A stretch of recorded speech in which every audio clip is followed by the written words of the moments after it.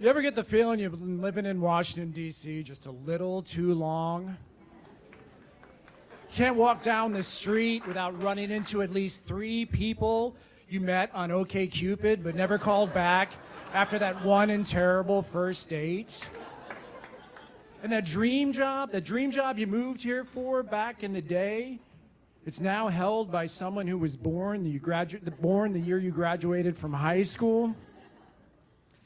And you become one of those people, those people that sprint down the metro escalator wishing, hoping, praying that there's a tourist standing on the left-hand side just so you can dish out a little metro etiquette justice. Yeah, I've lived here for a long time, and I've seen this city go through an amazing transformation. But every once in a while, I find myself nostalgic for the good old days, the Bush administration. The first one.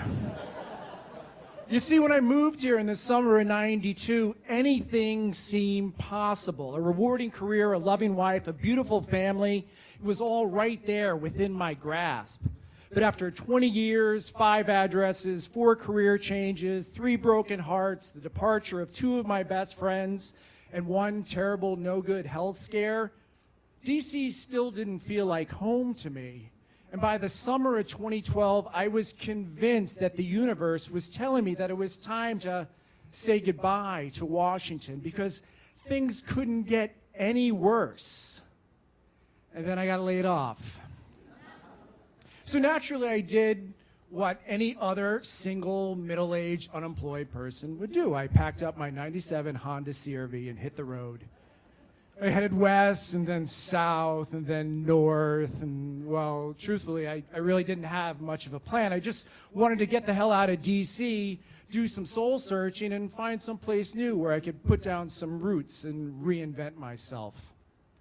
I was not a full day's drive into my adventure, somewhere in the middle of West Virginia, when I came to 2 very startling conclusions. 1, America is a lot bigger than I thought. And more importantly, 2, I really fucking hate driving. 31 days, a few thousand miles later, I find myself in Topeka, Kansas. And at that point, I'm exhausted, I'm cranky, and I haven't found any of those things that I'm looking for. And at this point, all I really wanted was a comfortable place to sleep and a decent meal. I settled for the Comfort Suites and the Hooters, conveniently located right next to each other, right off the highway. So I'm sitting at the Hooters of Topeka, and I'm dressed like the hipster angel of death with my black hoodie and my Doc Marten boots. And I'm staring down at quite possibly the worst fucking quesadilla ever made. And I'm reflecting upon every bad decision that has brought me to this point in time. When a man and a woman enter the bar, a couple, both of them dressed head to toe in the finest country and western wear. The man looked like a professional rodeo cowboy, and he was built like a brick shithouse. Dude was wearing Spurs. He brushed right past the hostess like she wasn't even there as his lady friend held on to his belt from behind like she was afraid to let him go.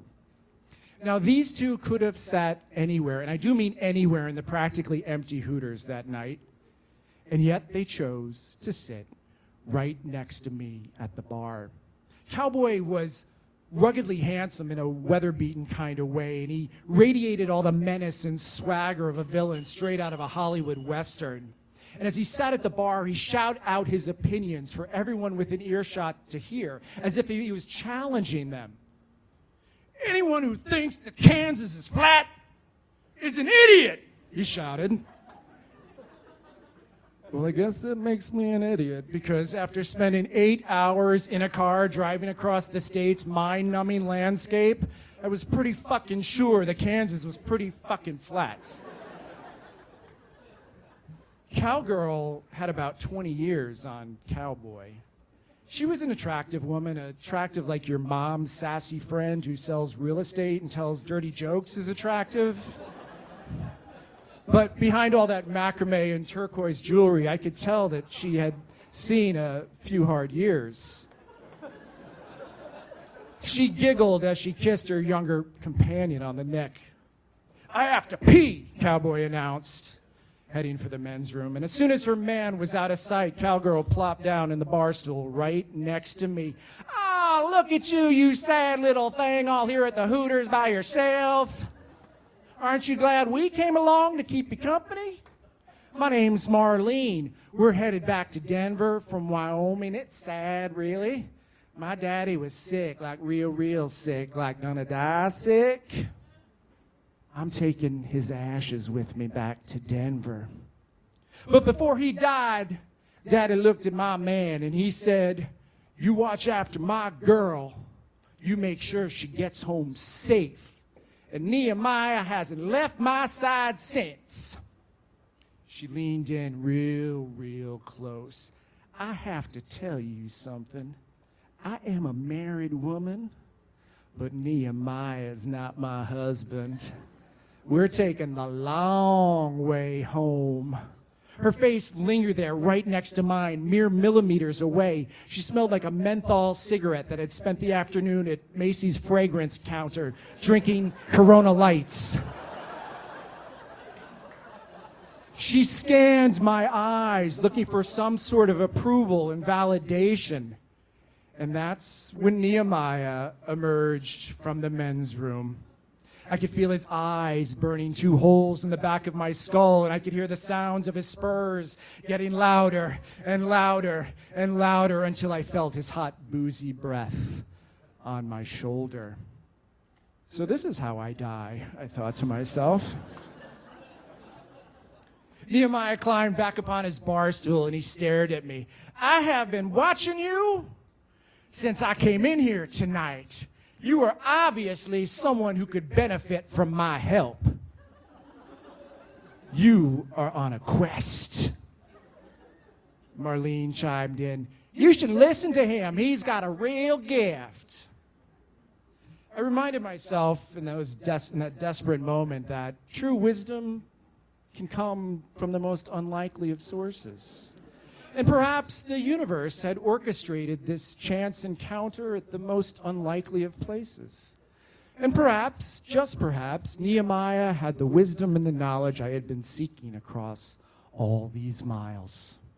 I cleared my head, I leaned in, and I prepared to hang on every word. "A man alone walks through the valley of the desert as birds of prey fly overhead, waiting for him to fall. Vigilant, he must be on guard against all the evil beasts." And that's about when I tuned out. Nehemiah's wisdom was equal parts Kung Fu, the TV series, some Ayn Rand, and a helpful dose of World Wrestling Federation thrown in for good measure. It was not the knowledge that I was seeking. I headed to the restroom, stopping for a moment at the bathroom mirror. I caught my reflection and was shocked at what I saw. A month on the road had really taken its toll, and I looked horrible.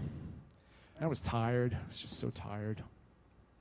I came out of the bathroom, I picked my stuff up off the bar and started heading for the door. "Aren't you going to finish your beer?" Marlene shouted. I turned around. I said, "No, I'm going home. It's time to go home." Thanks, everybody.